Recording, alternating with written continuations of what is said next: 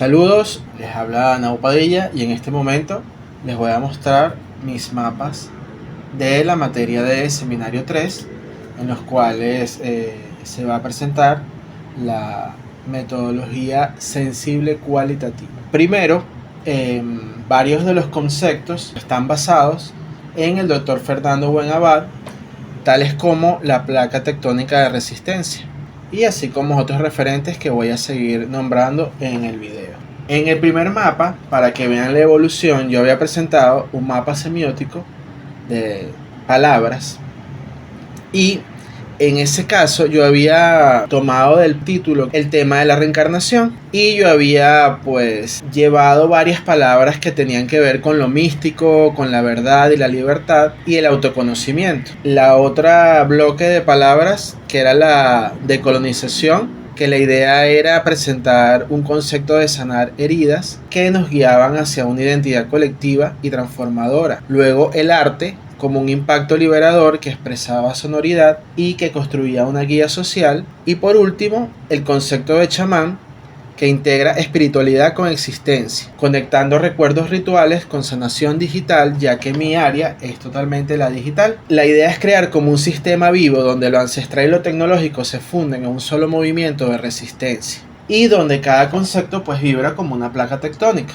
lo que yo había justamente comentado del doctor Buenabad. Luego de este primer mapa, que la idea era empezar a reforzar el conocimiento desde el sur y de lo decolonial, presenté este segundo mapa de subjetividades, pero que la idea era proponer algunos conceptos como la integración del código, el sonido y la imagen como unos modos de reencarnación crítica para materializar memorias históricas activas, reactivando los saberes silenciados, porque ese es el tema de la hegemonía y el imperialismo, y la idea era construir contrahistorias que desafiaran la colonialidad del conocimiento, y generando unos conceptos como soberanía de la vida y la epistemología del cuerpo. De hecho, el concepto de cuerpo, territorio, chamanismo urbano y la etnografía sensible, que es uno de los métodos para yo realizar la tesis de especialización, pues obviamente me iba a servir bastante.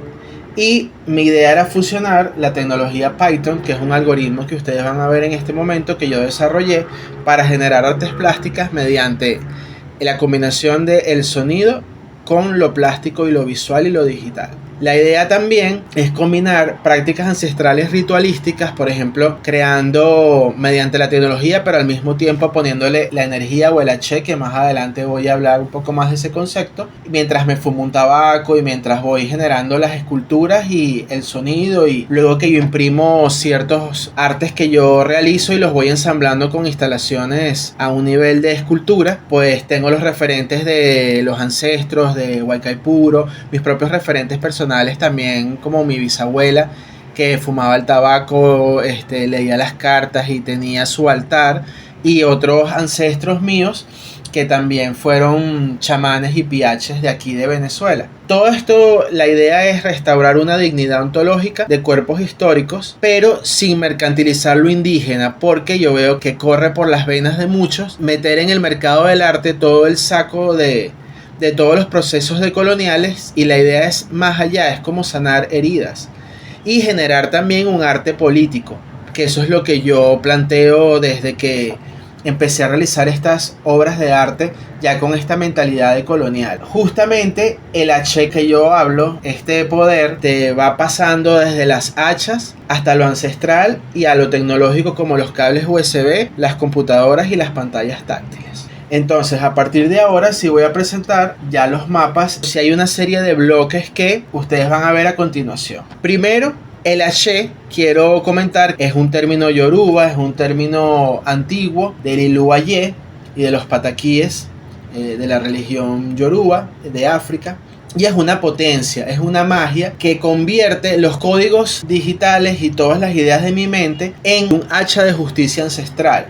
¿Por qué uso el símbolo del hacha como un referente semiótico? Porque obviamente el filo viene a traer una nueva energía y a poner sobre la mesa una nueva obra plástica que va a tener un contenido que quiere transformar a la sociedad. Este tipo de mapas me sirvió muchísimo, de hecho están incluidos en la tesis porque me parece que van a la par con la metodología que estoy utilizando. En el caso de la división de los estratos, tengo en la praxis como tal, porque estoy trabajando con vidas pasadas, pero también con mi historia biológica familiar, no solamente a Guaycaipuro y a el PH y al líder guerrero Catuche, sino también a mi ancestro de la sabana de Unare, que es chamán, que es Juan Evangelista Arbeláez, a mi bisabuela doña Manuela Arbeláez y a mi abuela Herminia Varela, que ella nació en Chiguará, en el estado Mérida. La gente suele decir que en Mérida las etnias indígenas son los timotocuicas, pero realmente hay una división entre timotes y cuicas, y entre los timotes hay una subdivisión adicional en Chiguará, que es la etnia Chiguaray. Mi abuela pertenecía, porque ya falleció, a esa etnia. En el caso de mi investigación, los conceptos no están en línea recta, porque la idea no es una línea de tiempo colonial que nos obliga a enterrar el pasado, sino que los tiempos se superponen con capas de tierra. El grito de resistencia de Guaycaipuro, el zumbido de mis códigos de programación, que están conviviendo en un presente continuo. En el borde exterior escribí soberanía de la vida, porque es el norte, y uso el arte como un hacha para despertar de un letargo hegemónico en el cual estamos inmersos. Cada flecha de estos mapas son un compromiso para que nuestra historia no sea contada por otros. En este otro mapa que ustedes están viendo, mi yo o mi vida pasada es en realidad un nosotros, por lo tanto es un concepto de transhistoria. No se habla desde un vacío, sino es un cuerpo que carga una herida colonial y al mismo tiempo una razón colonial, que es lo que estamos combatiendo en una lucha interna. Para mí es muy interesante tener un ancestro PH, Juan Evangelista Arbeláez. Era un curandero, sanaba a las personas colocándoles las manos, también sabía de herbolaria o de ramas y al mismo tiempo también sabía de oraciones y recorría la sabana y toda la zona desde Sarasa, pasando por muchas etnias de Anzoátegui, de Guárico también, pasando por los Cariñas. Entonces hay una conexión muy fuerte entre justamente esa etnia y de mi ancestro. Entonces ahí ven que hay una línea y una continuidad. Este trabajo es una sanación que se ejerce a través del sonido y de la plástica, y es un pacto de reencarnación.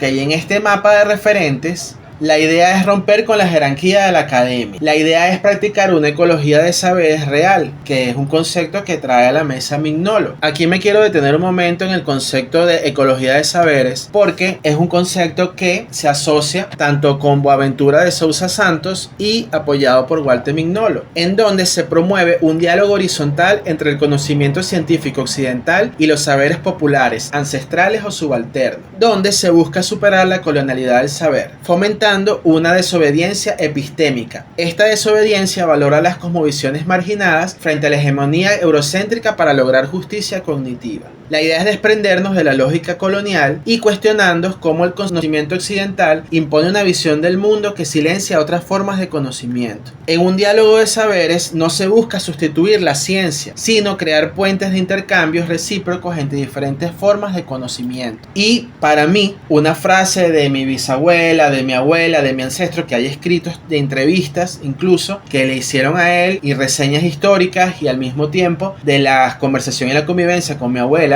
para mí personalmente tiene el mismo peso epistémico que cualquier tomo de cualquier pensador académico, y es una desobediencia epistémica. Mapa metodológico. Cuando ustedes ven un hacha dibujada en el centro, es un peso que yo le estoy dando fuerte a la presencia viva. Es una resistencia acumulada de mi linaje. No es un objeto del pasado, porque esta hacha es un órgano vivo en mi presente. Y mis matriarcas son las que de algún modo influyen en mi creatividad o me guían por este camino.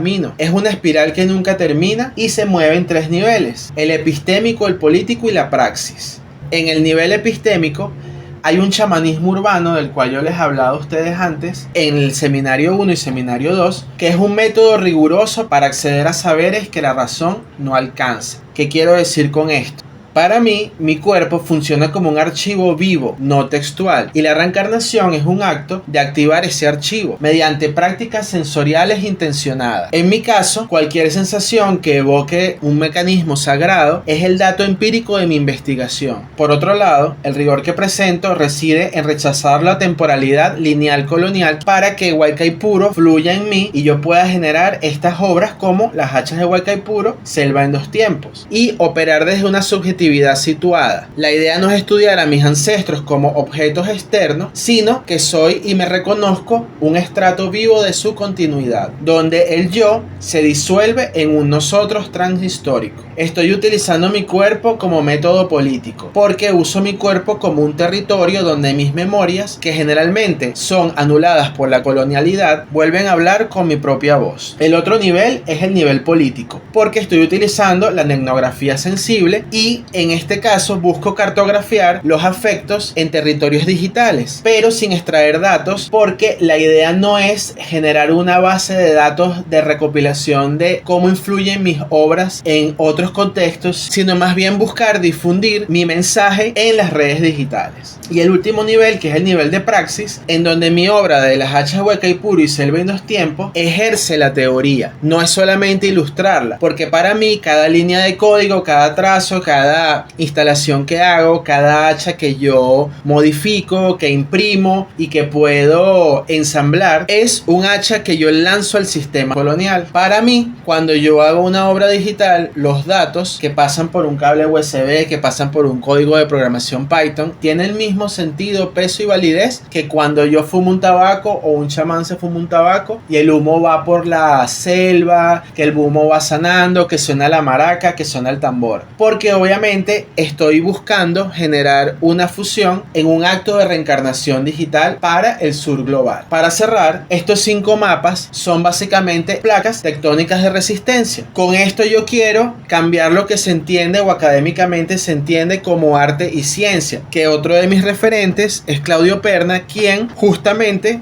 mediante su arte de geografía y su propia vida, mediante la creación de Radar, que era un espacio que es un taller de arte que todavía se mantiene a pesar de la muerte de Claudio Perna en los años 90. En mi caso personal, yo tengo un taller de arte que es muy parecido. Vienen para acá artistas a fusionar con mi persona arte que mezcla lo indígena, lo sagrado y lo digital. Y otro de mis referentes también es Andrei Tarkovsky, porque en sus conceptos de cine era un cineasta ruso que trabaja con todo el tema de congelar el tiempo mediante la imagen fílmica. Fue donde yo pude ensamblar el concepto de pintar el sonido, pero en el caso de él, la diferencia es que él pinta fotogramas fílmicos. Y me gustaría que esta investigación no se cierre, sino que justamente sea como guía para que otros cuerpos puedan explorar y cartografiar otros territorios para lograr una liberación. La idea es que todos se puedan liberar, logrando así una soberanía de la vida, construyéndola mediante estos rituales de fusión sagrado digital tecnológico, donde fluye el H. Cuando fluye el H, estoy logrando que mis ancestros y chamanes y piaches e indígenas de resistencia que fueron silenciados vuelvan a tener voz propia. Muchas gracias.